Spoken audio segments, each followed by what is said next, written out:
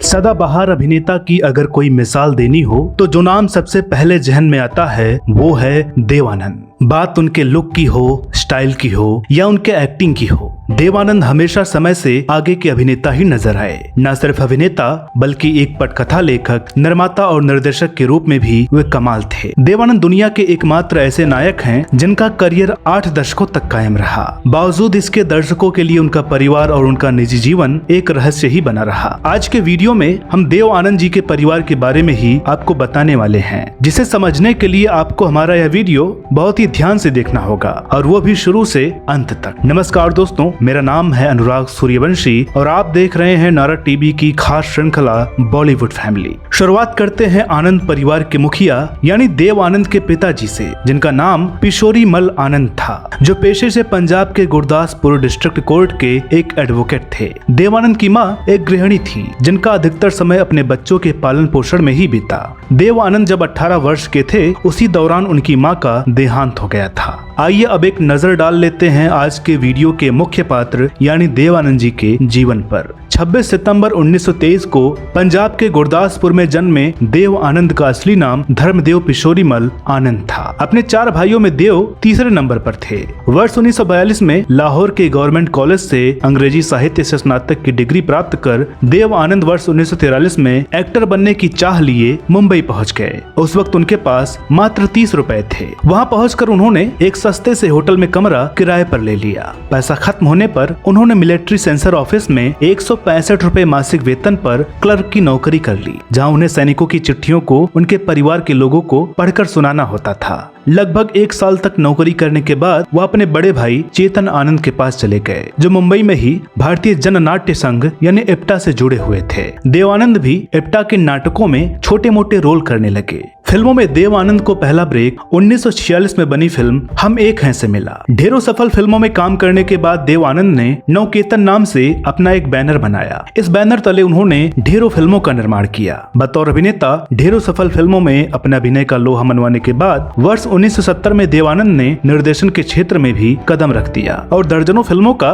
निर्देशन किया, जिनमें हरे रामा हरे कृष्णा और हीरा पन्ना जैसी शानदार फिल्में भी शामिल हैं। देव आनंद जी को वर्ष 2001 में पद्म भूषण तथा वर्ष 2002 में दादा साहब फाल्के पुरस्कार से सम्मानित किया गया। 3 दिसंबर 2011 को लंदन में 88 वर्षीय देव आनंद जी का निधन हो गया। बात करते हैं देव आनंद जी की पत्नी की, जिनका नाम है कल्पना कार्तिक। 19 सितंबर 1931 को लाहौर के एक पंजाबी ईसाई परिवार में जन्मी कल्पना जी का असली नाम मोना था। उनके पिता गुरदासपुर में तहसीलदार थे, जो बंटवारे के बाद शिमला में आकर बस गए। कल्पना जी की शिक्षा दीक्षा शिमला के सेंट बीट्स कॉलेज में पूरी हुई थी, जहाँ एक ब्यूटी कॉन्टेस्ट जीतकर वे मिस शिमला बन गयी। इस ब्यूटी कॉन्टेस्ट के दौरान देव आनंद के भाई चेतन आनंद की उन पर नजर पड़ी, जो वहाँ अपनी पत्नी उमा जी के साथ गए हुए थे। कल्पना रिश्ते में उमा की चचेरी बहन लगती थी। चेतन ने उन्हें फिल्मों में काम करने के ऑफर के साथ ही उनको नया नाम कल्पना कार्तिक दिया। कल्पना को सबसे पहले 1951 में आई नवकेतन की फिल्म बाजी में एक डॉक्टर की भूमिका में देखा गया था। इसके बाद उन्होंने नवकेतन की ही कुछ और फिल्मों में बतौर मुख्य नायिका काम किया,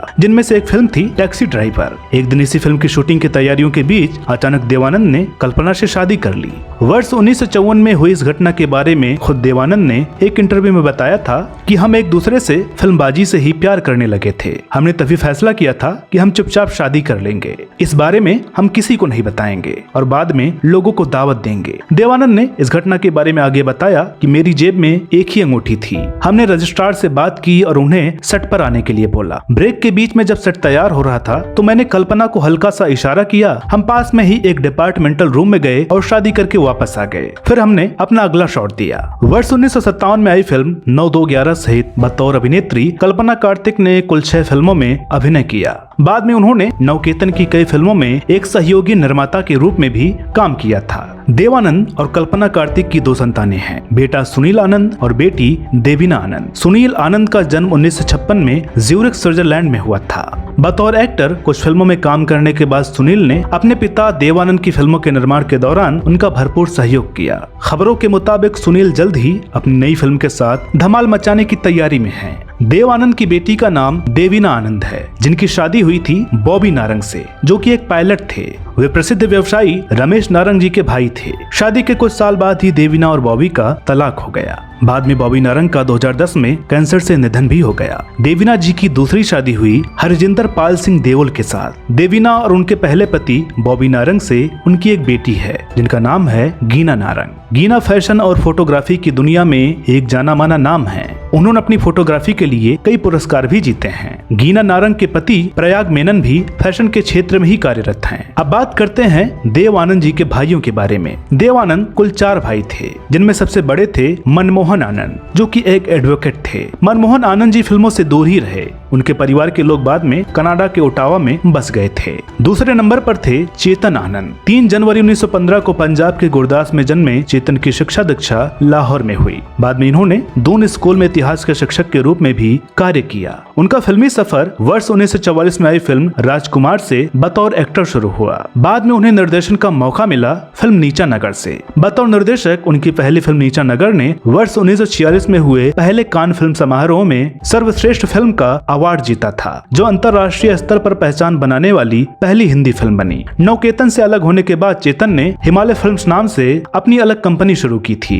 उनकी फिल्मों में हकीकत, आखिरी खत, हीर रांझा, हंसते जख्म, हिंदुस्तान की कसम और कुदरत आदि प्रमुख हैं। 90 के दशक में उन्होंने दूरदर्शन के लिए परमवीर चक्र जैसा दमदार और सफल धारावाहिक भी बनाया। चेतन की पत्नी का नाम था उमा बनर्जी, जिनसे उन्होंने लाहौर में कॉलेज की पढ़ाई के दौरान ही विवाह कर लिया था। उनके 2 बेटे हैं जिनके नाम है केतन आनंद और विवेक आनंद। चेतन आनंद का नाम उनकी पसंदीदा अभिनेत्री प्रिया राजवंश के साथ भी जोड़ा।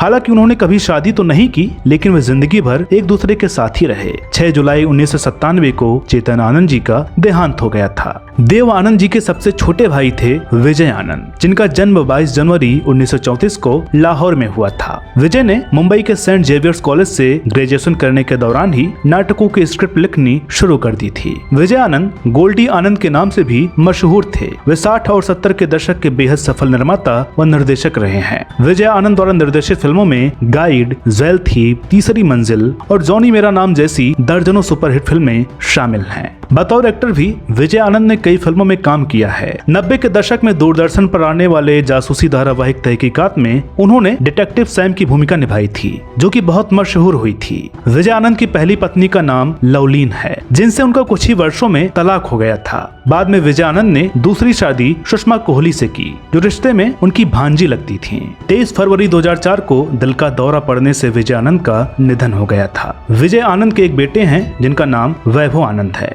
वैभव बतौर सहायक निर्देशक रवि चोपड़ा और सूरज बड़जियात्या के साथ काम कर चुके हैं। उनके पिता विजय आनंद और ताऊ देवानंद ने उन्हें एक मौका देने की बात की थी, लेकिन बदकिस्मती से ऐसा न हो सका। बहरहाल 14 वर्षों के इंतजार और 100 से भी ज्यादा फिल्मों के ऑडिशन देने के बाद आखिरकार उन्हें अपना पहला ब्रेक एकता कपूर के web series the verdict Nanavati versus state से मिला था। देवानंद की बहन का नाम है शीलकांता कपूर, जिनकी शादी हुई थी कुलभूषण कपूर से, जो कि एक डॉक्टर हैं। शीलकांता जी जाने माने फिल्म निर्देशक शेखर कपूर की मां हैं। इनकी एक बेटी यानी शेखर कपूर की बहन का नाम नीलू कपूर है, जिनकी शादी हुई थी अभिनेता नवीन निश्चल से। बाद में नवीन और नीलू एक दूसरे से अलग हो गए थे। दूसरी बेटी का नाम है अरोड़ा कपूर, जो कि अभिनेता परीक्षित साहनी की पत्नी है। इनकी तीसरी बेटी का नाम है सुहेला कपूर। अब बात करते हैं देवानंद की अन्य बहनों की, जिनमें उनकी कजन्स भी शामिल हैं। देवानंद की एक और बहन है जिनका नाम है सावित्री कोहली। इनके बेटे भीष्म कोहली बॉलीवुड अभिनेता व निर्देशक रह चुके हैं। हालांकि भीष्म साहनी ने फिल्मों में विशाल आनंद के नाम से शुरुआत की थी। वर्ष 1976 में आई फिल्म चलते चलते फिल्म के लिए इन्हें आज भी याद किया जाता है। इस फिल्म का शीर्षक गीत चलते चलते मेरे ये गीत याद रखना आज भी गुनगुनाया जाता है। भीष्म ने अपने करियर में कुल 11 फिल्मों में काम किया। एक लंबी बीमारी के बाद 4 अक्टूबर 2020 को भीष्म कोहली जी का निधन हो गया। दोस्तों, हमें उम्मीद है कि देव आनंद के परिवार पर आधारित हमारा आज का वीडियो आपको जरूर पसंद आया होगा। वीडियो अगर अच्छी लगी हो तो प्लीज इसे लाइक करें, शेयर करें। चैनल पर नए हो तो प्लीज इसे सब्सक्राइब जरूर करें। साथ ही साथ आप हमारे नए चैनल नारदवाणी को भी जरूर सब्सक्राइब करें। तो मिलते हैं अगले वीडियो में एक और नई कहानी के साथ। तब तक के लिए नमस्कार।